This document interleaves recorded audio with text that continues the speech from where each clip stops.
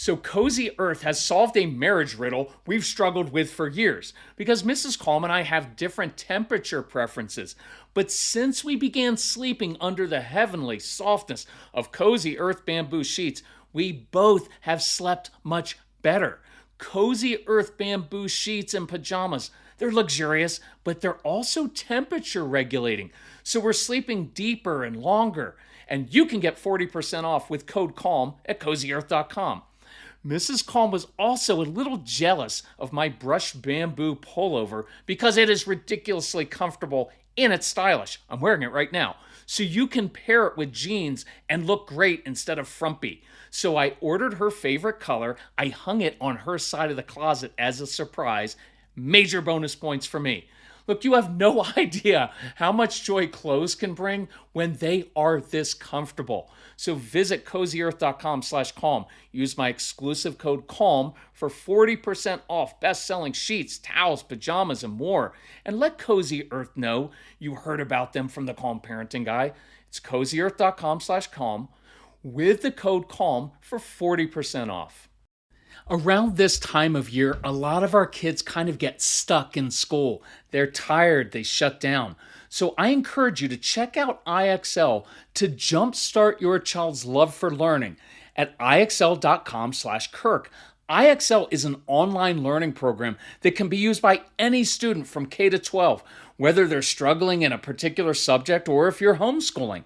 IXL uses engaging video tutorials and positive learning games that teach your kids the way your kids learn best and to give your kids control over how they learn and what they learn about, because your kids can explore any topic in any grade level. And our kids thrive on positive feedback, and IXL consistently reinforces success. Make an impact on your child's learning. Get IXL now.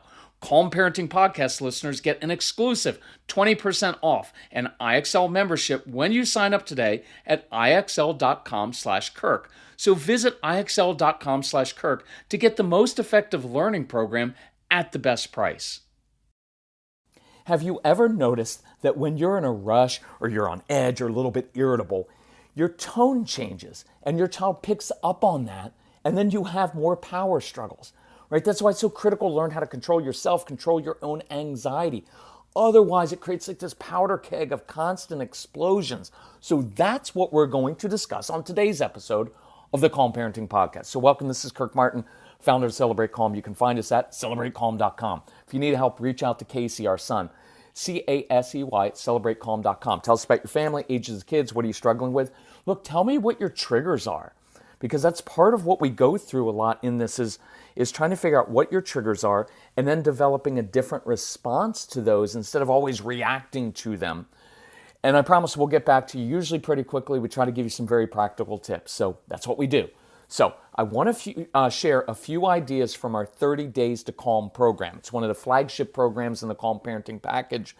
And I want to share this because so many people have used this as kind of their first step in finally getting control of their own anxiety and control issues. Because, look, you already know this, but the only person in life that you can control is yourself. The quickest way to change your child's behavior is to first control your own. Otherwise, you will constantly create these power struggles and escalate things with your tone by talking too much. So let's go through. I'm going to give you, I think, 3 in this podcast. So here's one. It's called this: do not get in the ring, like the boxing ring. Don't get in the ring. Refuse to take the bait, right? And at some point, we have to make the conscious choice to stop engaging, stop fighting, stop arguing and negotiating with our kids. It never leads to anything positive, and usually they just own us. They're much better at us, and they're persistent, right? And so we're trying to engage in this rational thing with an irrational or emotional child. I don't go in the courtroom, right? Like if some 6'4", 250-pound jack dude wanted to fight you, would you? Even if you were right and he was wrong? Now, if you say yes, you're not very bright, right? Because you're going to get pounded. But that's what we do when we engage with our kids. So picture that tiny little guy or that sprouting teenager as a huge monster of a guy. Don't get in the ring, right? And so Here's something you can say to yourself. You can even say it to your kids. Look, I'm not going to fight with you. It's not my job and not what you need, right? I'm going to go pop some popcorn. I'm going to sit on the porch. If you want to come talk to me calmly, rationally, I'm all ears, and I'll try to help you. And then you walk away, right? Casey, this is what I used to tell Casey. Casey, I don't fight people I love. I'm not really interested in who is right and wrong.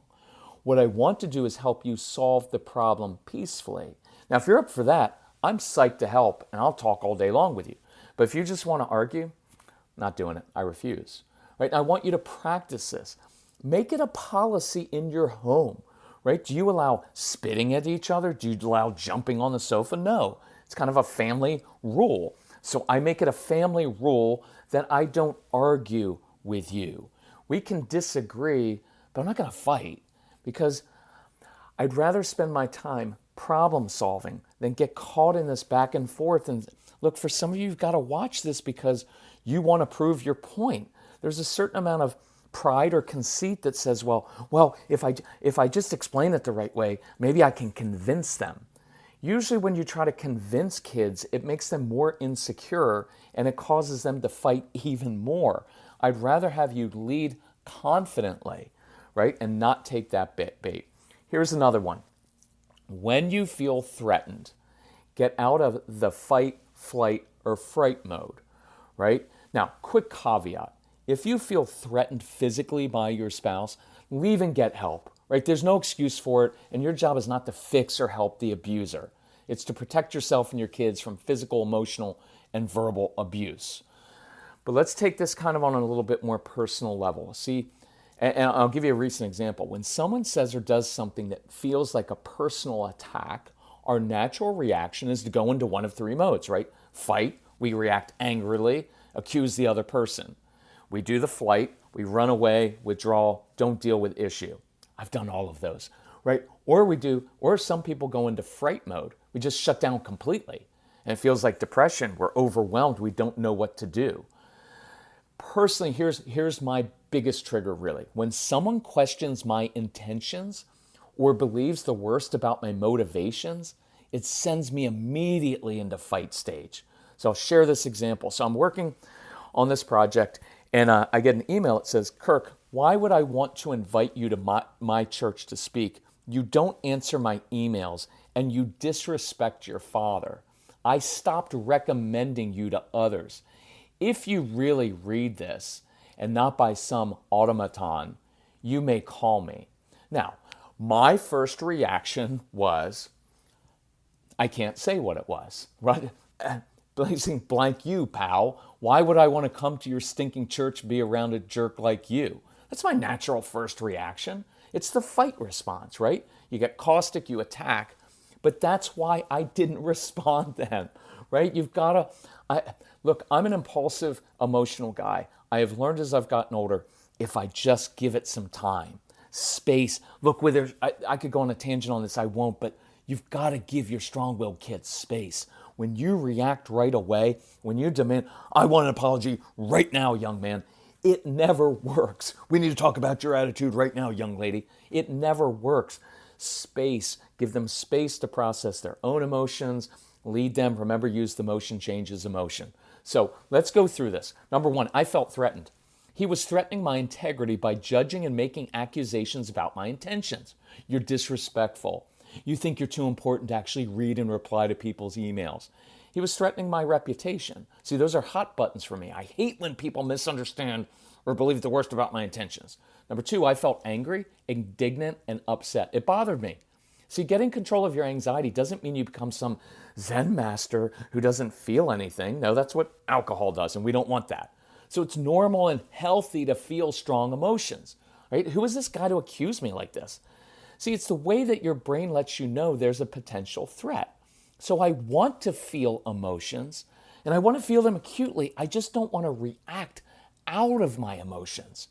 Number three, here's the difference. Although I feel these emotions, I do not allow them to control my response. I get to choose that.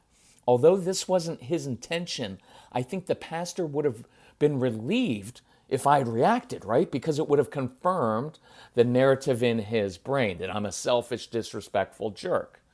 Number 4, here is where the 10 proactive strategies we go through in the 30 Days to Calm program and the 10 proactive and 10 reactive strategies make the difference. I make it a rule in life that I never respond immediately to people. Never. Not even when they pressure me. See, before responding, I went to the gym. I put myself in the pastor's shoes. And instead of reacting out of my anxiety, I responded to his need. So Mrs. Calm told me yesterday, I wish I had begun drinking AG1 sooner. My stomach has felt so much calmer and I'm more regular. My AG1 in the morning provides some consistency I really crave. And that's one reason I love my AG1. It's an easy, healthy daily routine. No messes, no blenders. We put 1 scoop of AG1 into a bottle of water, shake it up, and start our day with 75 vitamins, probiotics, prebiotics, and whole food sourced ingredients. Check out a special offer at drinkag1.com/calm. Look, I've got more energy, better mental clarity, and AG1 supports my immune health. And that's why I've been partnering with AG1 for so long. Be an AG1 couple like us. AG1 is offering new subscribers a free $76 gift when you sign up. You'll get a welcome kit, a bottle of D3 and K2, and 5 free travel packs in your first box. So check out drinkag1.com/calm to get this offer. That's drinkag1.com/calm to start your day with a win. 5, when I slow my inner life down, I look outward, I get perspective. I'll tell you, after years of doing this, it is one of the great benefits of being calm is that it slows your inner life down so you can actually look outward and be giving toward people instead of needing them always to act the right way so you can deal with it, right? History tells me people who make accusations typically do so out of pain and frustration, whether that's your kids or someone else that you know. See, only then could I think, wow, this guy must either be a huge jerk or he's really frustrated. And that's why he wrote an email like that. Number 6, I think, what can I learn from this person? As I've gotten older, I'm learning this. I always try to learn something from someone that I disagree with or that I frankly just don't like, because I can learn things from them, right? Honestly, inside, I didn't want to learn anything from him. I wanted to put him in his place. But maturity demands that you take the humble approach. So 7, rather than tear him apart, I replied, I want to learn from you. It would help me immensely if you told me specifically how I showed disrespect and when I didn't return your emails, because then I can either apologize or clarify. And I made sure I addressed him as pastor instead of calling him by his first name or another name. So 8, his response was more gracious this time. Again, I was somewhat defensive, but I replied back and said, you are right. I could have been more respectful, and I'm glad you brought that to my attention. See, bottom line, by the 3rd reply, I discovered that this is a man who is overwhelmed with 2 children and a wife who have symptoms of ADHD, OCD, ODD, and more. So now we're having a really productive, respectful conversation to give him some concrete tools to help his kids. Number 9, I had every right to respond. I had every right to respond sharply, in kind. See, this is the thing. Dad, I do this with dad. Dad, you're justified. Your kids are defiant, disobedient at times, and they're difficult and challenging. I'm not denying that. But you can walk away always feeling justified in how you're treating them, but it doesn't mean it's right, right? So you have the right to do it, but it doesn't mean that it works or it's productive, right? But if I had responded like that, it would have devolved into a greater misunderstanding, 2 people feeling bothered, right? Believing the worst about each other, and it kind of ruins your day. It takes up a lot of your headspace. We would have wasted time telling our spouses and colleagues about what a jerk this other person is. You've done that before. So have I. So let's stop it. Number 10, by allowing my defensive response to rule me, I would have created a terrible outcome. I would have missed out on some insight from him that I'll actually use in the future. right? And he wouldn't have gotten the help that I've been able to provide. See, we would have robbed each other of wisdom and robbed each other of building a stronger relationships just to prove that we were right. And it's one of the things that I go through from men a lot, moms too, but a lot is letting go of your need to always be right. It took me about a year, a full year to let go of that jerky thing inside of me. It's like, I always have to prove my point, right? And your wife's never going to look at you and say, honey, I'm so glad that I married someone who's always right. It makes me feel safe, right? It's just not how it works. So I hope that story kind of helps.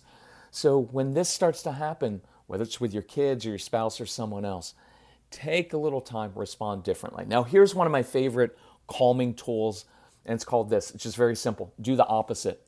Right? Do the opposite of what you normally do. Because look, what you're doing right now, if it is creating power struggles and isn't working, why not do the opposite? Maybe you'll actually get a positive result, right? So it's pretty easy to remember. And it's this: begin doing the opposite of what your anxiety is compelling you to do. See, I used to come home from work and I'd stomp through the house yelling, lecturing because there's Legos all over the floor and my son hadn't done his homework and why is he being so difficult? So I decided to do the opposite, which was come in and sit down and speak softly, ask questions, be curious about things, listen more than barking and talking, giving consequences. And so one of my favorite tools, which people think is too simplistic, I don't care, it works. Begin sitting. Every time you feel anxious or you're getting upset, wanting to lecture, sit. Sit as close to the ground as possible. It's way more difficult to lecture and fuss and yell when you're sitting on the living room floor or just in a chair. Plus, if you have little kids, you'll end up being too busy playing with your kids.